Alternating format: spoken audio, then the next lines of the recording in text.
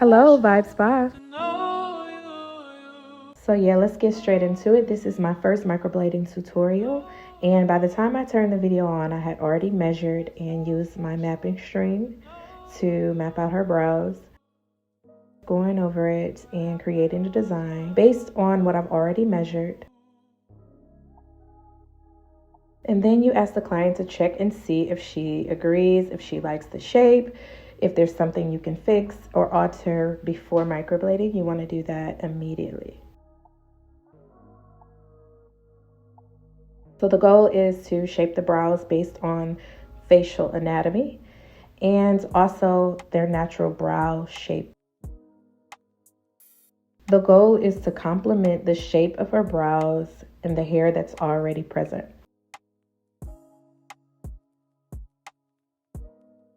Once you both have checked the symmetry, you want to trim the hairs around your design to make sure that none of those hairs are on the outside, because if they are, you run into the potential of going outside of the design when you start to microblade.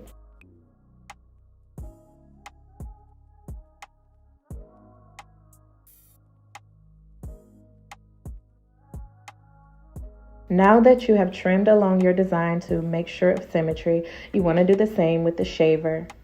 Then you have a crisp line for your design and no microblading strokes will be on the outside of it.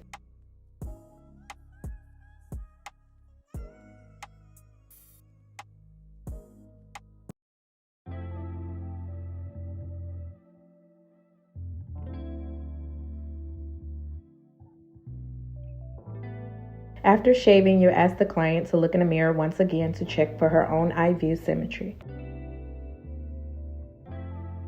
Comb the hair neatly inside of the design.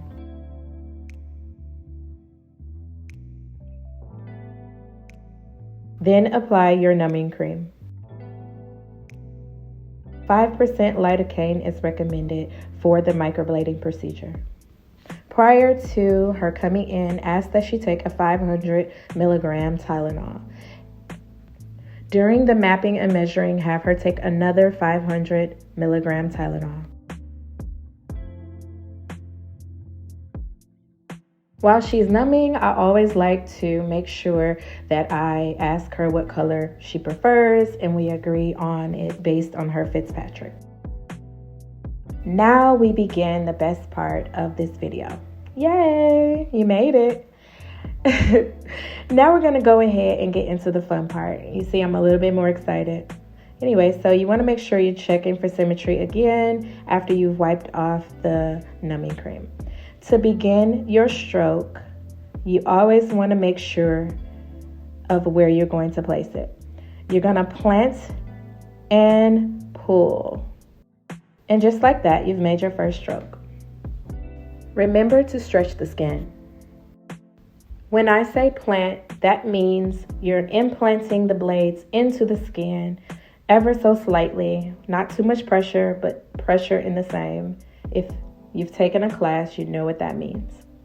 So now you continue to plant it into the skin and pull through. You should hear a Velcro sound. Then you know you are not blading too deeply and you are not blading too softly. Another goal is to make sure that you are making hair-like strokes that complement the client's natural hair pattern. I like to let the client know there's a tender spot right where her muscle is, and that is the tender spot you get to when you get to the arch of the eyebrow. Now to continue, the idea is to keep going downward with the hair strokes in a 45-degree angle toward your tail of your brow, covering only half of the brow so that you can put the top strokes in.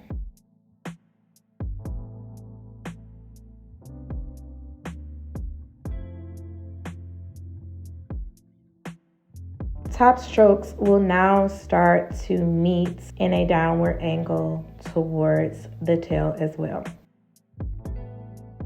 Making sure you're planting and pulling in the same direction. Stretch the skin and pull.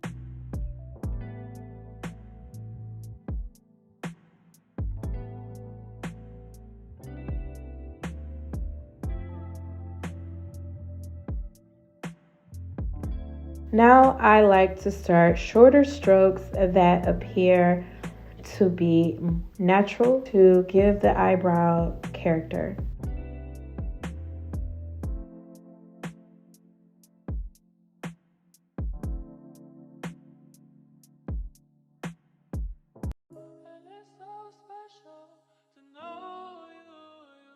Now that most of the strokes have sat with the pigment in it, I like to go ahead and smear it through.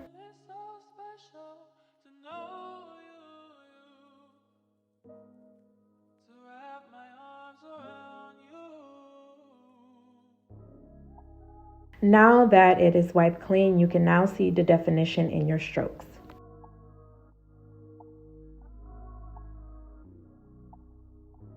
Now that I've asked my client about her pain level, she says she needs more numbing cream to make her feel more comfortable. So I reapply just enough to saturate the area I've already broken skin.